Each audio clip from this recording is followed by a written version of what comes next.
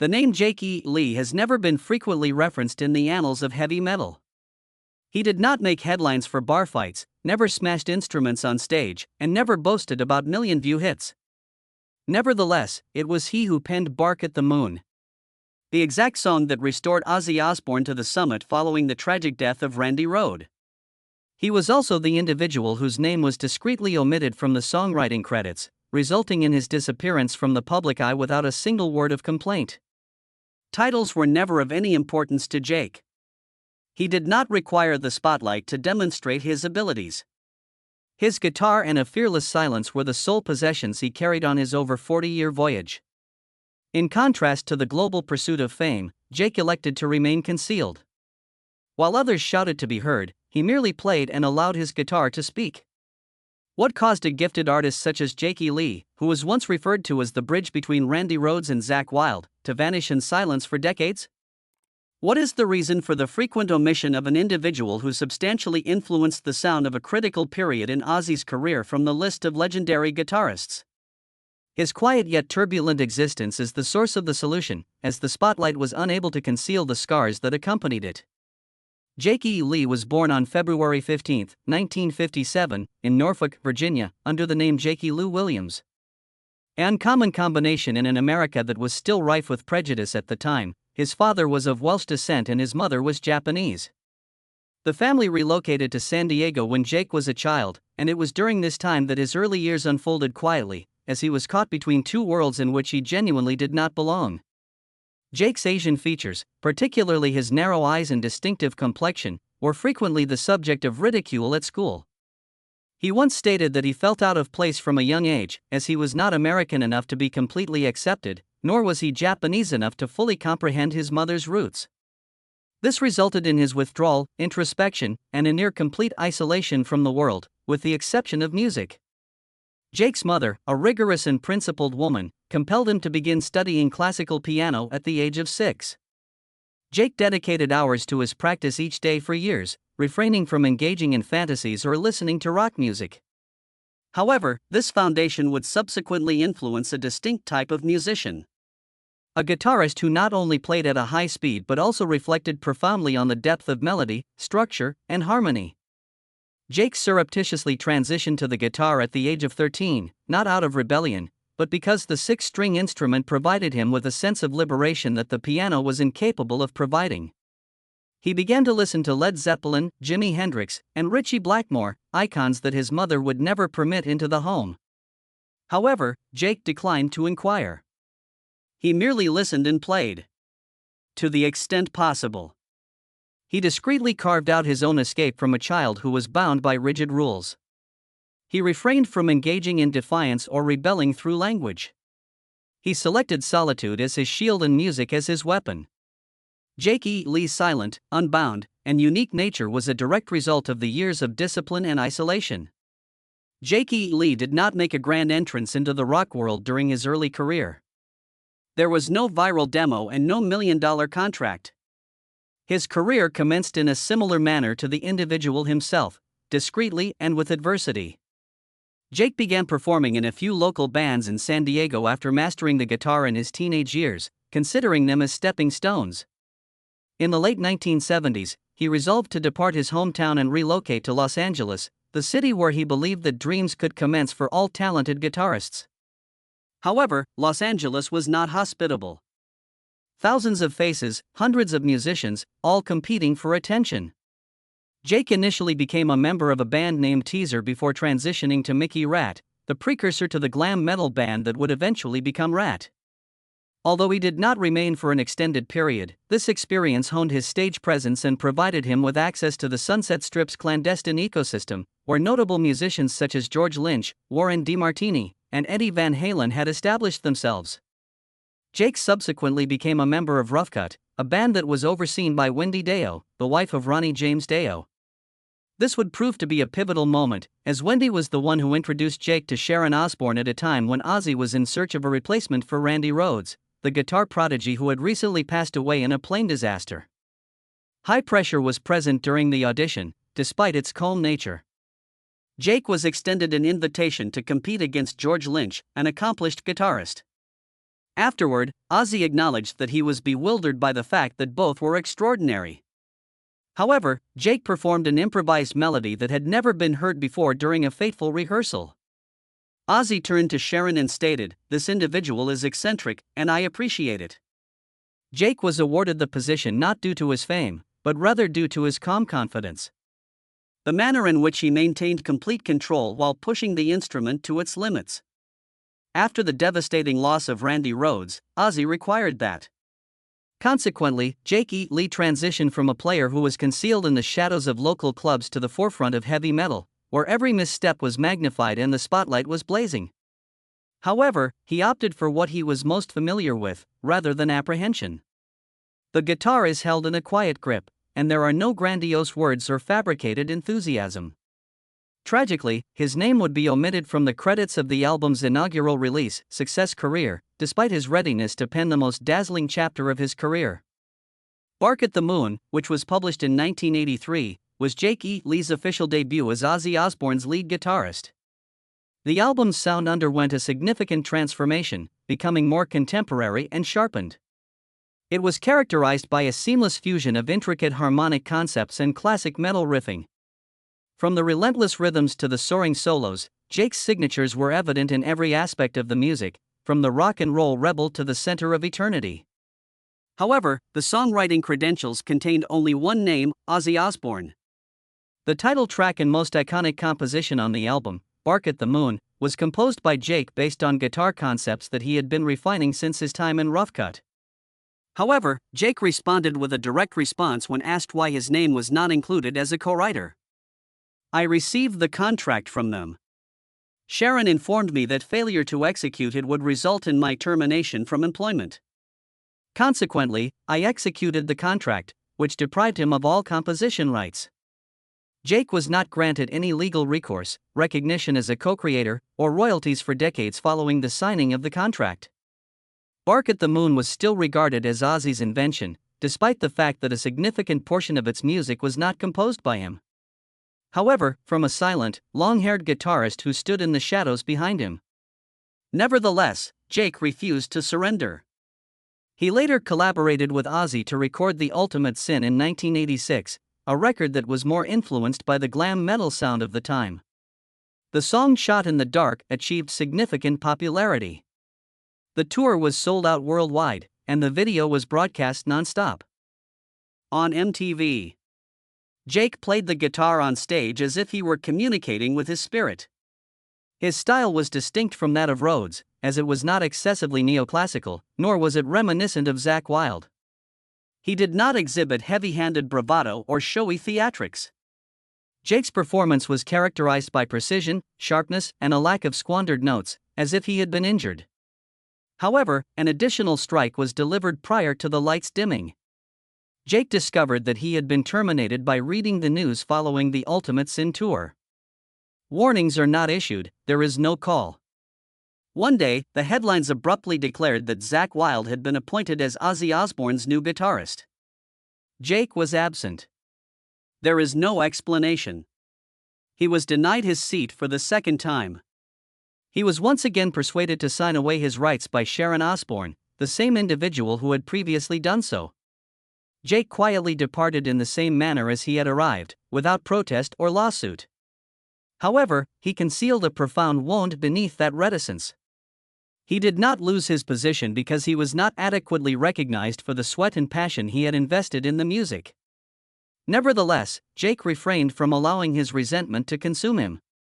He opted to establish his own band, Badlands, rather than relying on a well-known name. It was not a prudent decision, but for Jake, it was the sole means of safeguarding the last vestige of his dignity, which he had in the brutal rock industry, setbacks. The silent strikes that destroy faith. Jake E. Lee did not opt to remain silent indefinitely after departing Ozzy Osbourne's band. He established Badlands in 1988, a classic hard rock band that was founded on unadulterated intent and raw power. The lineup included the fiery vocals of Ray Gillen, a former temporary vocalist for Black Sabbath, drummer Eric Vocalist, who would later achieve renown with Kiss, and bassist Greg Chesson. Jake invested his entire confidence in this endeavor. Music in its most pristine form, without any restrictions or unjust contracts. The 1989 debut album Badlands was met with widespread acclaim. Badlands, in contrast to the glam metal trend that dominated MTV, produced a heavy blues-infused rock sound that was redolent of Led Zeppelin during the physical graffiti era. Ray Gillen's commanding vocals and Jake's refined guitar work were praised by critics. However, the grunge movement was gaining momentum at the same time, and classically honest bands such as Badlands were unable to establish a presence. The band's creativity was further stimulated by the release of their second album, Voodoo Highway, in 1991. However, internal discord began to emerge. The label began pressuring Jake to modify their sound to align with the evolving market preferences, which resulted in a rise in tensions between Ray and the other members regarding creative direction. Jake declined.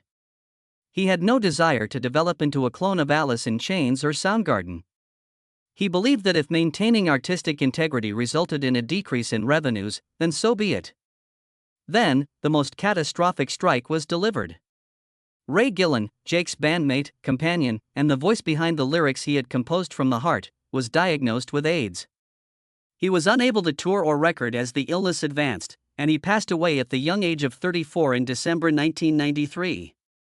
Jake did not make any public statements or give interviews. However, his friends and family reported that he was devastated, not only by the loss of a friend but also by the loss of the last glimmer of hope that a band could sustain itself solely on music. Jake virtually disappeared from the music landscape following Ray's passing. He declined proposals of collaboration, declined interviews, and did not release any albums. He refrained from participating in any festivals or performances for nearly a decade. Rumors circulated that he had retired, succumbed to depression, or secured a regular job in order to survive. However, no one was certain, as Jake never provided an explanation. He abruptly ceased speaking. It was not until 1996 that Jake discreetly released a solo album. A private letter to those who still remembered him, an instrumental record with no promotion, as exquisite as a pink mist. Subsequently, in 2005, he disappeared once more. Jake E. Lee's name abruptly surfaced in a local Las Vegas news report in 2024, following years of silence. While strolling his dog in the vicinity of his residence, he was shot multiple times. The motivation is still unclear. However, Jake sustained severe injuries to his back, limb, and arm, necessitating emergency hospitalization. Fortunately, his vital organs were not injured by any bullets. The man once more managed to endure in silence. Jake responded with a response that sent shivers down the spine when he was subsequently queried about his feelings of anger. "I have been shot numerous times throughout my existence. This was the initial instance of using a genuine firearm. There was no outburst. There is to be no commotion." Jake E. Lee endured each adversity that life dealt him with a haunting silence. And it is possible that the weight of his suffering is felt more heavily than any scream could ever be due to the silence itself. Private existence. Jake E. Lee has consistently maintained a quiet presence in striking contrast to the world in which artists frequently exhibit every private moment on magazine covers or social media timelines. He will not be posting dinner photographs with celebrities. Few are aware of his familial situation, who he is dating, or with whom he resides. Jake has never married, has no children, and has rarely disclosed any romantic relationships in his more than 4 decades in the music industry. For many, that appears to be a void existence. However, Jake regards it as an option. He previously resided in a modest residence situated on the fringes of Las Vegas. It appeared that this was the sole location that provided him with tranquility. No paparazzi, no admirers assembling. The walls were silently adorned with a collection of instruments, aging amplifiers, and his dogs. In a rare interview in the early 2000s, he stated, "I am not suited for this industry networking thing, I simply want to live." He also expressed his dislike for crowds. Jake has never turned back, despite the fact that fans and fellow musicians have frequently expressed regret that he did not remain in the spotlight. He was never in need of a throne to recognize his value. Jake acquired the ability to maintain a secure distance from the world beyond music after being erased by Ozzy, being fired without a word, and being betrayed in the music business. His silence was not a sign of frailty, rather, it served as a protective measure. He comprehended that the more one speaks, the greater the likelihood of being injured. During his extended absence, there were rumors of addiction, while others claimed that he went insolvent. However, the reality was straightforward. Jake's life was satisfactory. He persisted in his writing and performing. He simply refrained from disclosing the information to the public. He believed that art did not necessitate a live transmission. At 2 a.m., the peaceful room was filled with the sound of genuine music. When no one was listening and no one was passing judgment. In Jake's existence, the guitar was the only lifelong relationship. He maintained his instruments in the same manner as one would care for a companion, by cleaning, adjusting, and restringing them according to a set schedule. Despite the fact that the wood is cracked and the paint is flaking, he has maintained one guitar for more than 3 decades. Never transferred or sold in exchange for a more recent model. Like him, he has aged and fallen out of fashion, but he has never been unfaithful to himself. It is possible that love was never about a particular woman for Jake E. Lee. It was a passion for music that was uncontaminated by markets and trends, for quiet, and for freedom. He did not reside alone because no one required him, rather, it was because the sole thing he truly required was something that the world was incapable of providing. Silence. Influence and legacy. If one solely examines the Rock and Roll Hall of Fame or the rankings, Jake E. Lee's name may not be prominently displayed. He has no solo albums that have achieved multi-platinum status. He is not commemorated on the Hollywood Walk of Fame.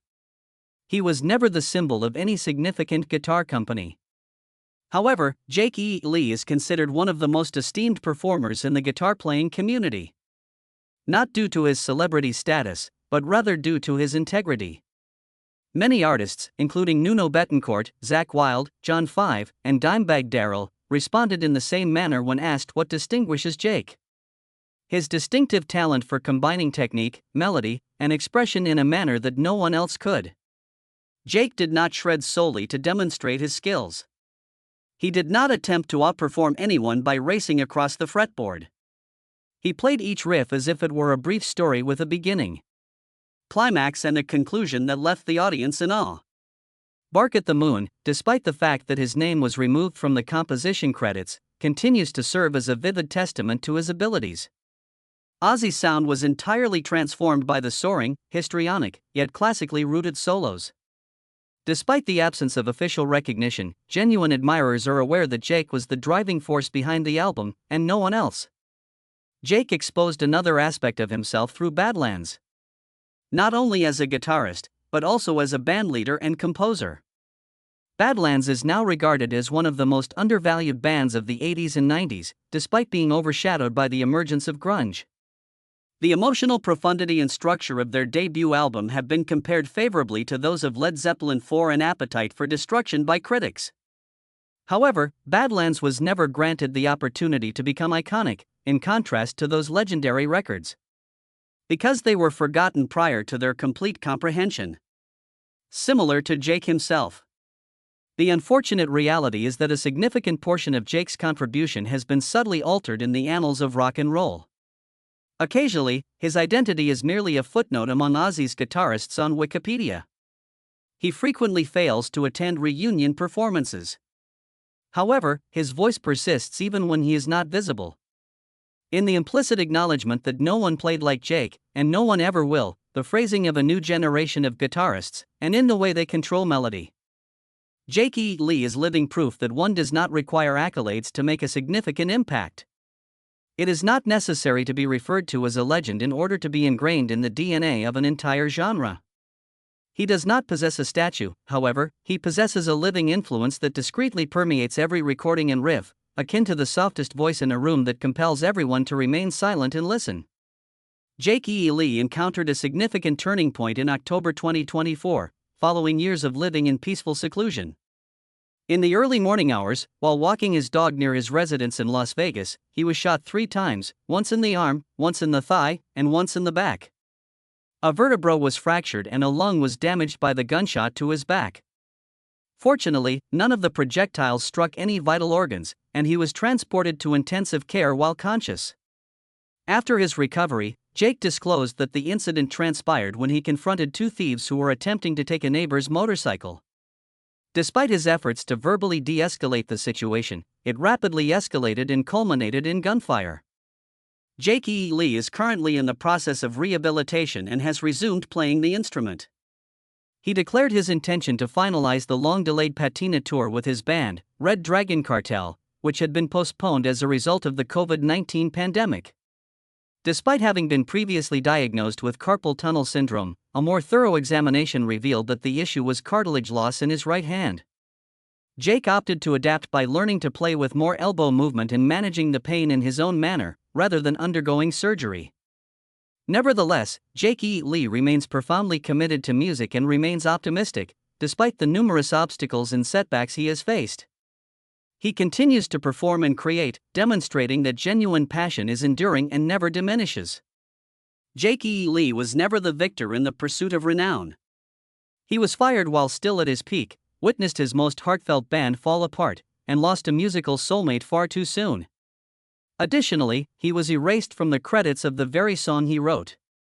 However, there was one item that he never lost amidst all of those losses: his identity. However, Jake was one of the most authentic guitarists, despite never being the foremost, best-selling, or most famous. When he was unable to remain true to himself, Jake retreated, while others adapted to current trends. He allowed his guitar to communicate, while others boasted of their accomplishments. The airwaves were dominated by cacophony, but he was able to create melodies that could endure in silence. Jake E. Lee's life serves as evidence that not all individuals who are at the forefront of the spotlight are genuinely radiant. Occasionally, light emerges from the shadows, as a result of an individual who silently maintains the flame. I am not motivated by financial gain or recognition, rather, I am motivated by the simple fact that existence is incomplete without music. Jake returned after enduring childhood seclusion, a career that was forgotten, and a shooting that could have ended it all. He resumed playing his guitar despite the injury to his hand. He declined surgery, opting to endure the discomfort in order to continue participating. Music is not a profession to him. It serves as a means of survival. Although Jake E. Lee's name is not commemorated by a statue, he remains present whenever Bark at the Moon performs, or when a new guitarist endeavors to combine technique with emotion, speed with freedom. Applause is not permitted in the absence of a spotlight. There is only one listener who genuinely comprehends. Which Jake era has had the most profound impact on you? His soul-stirring chords with Badlands or his blazing years with Ozzy?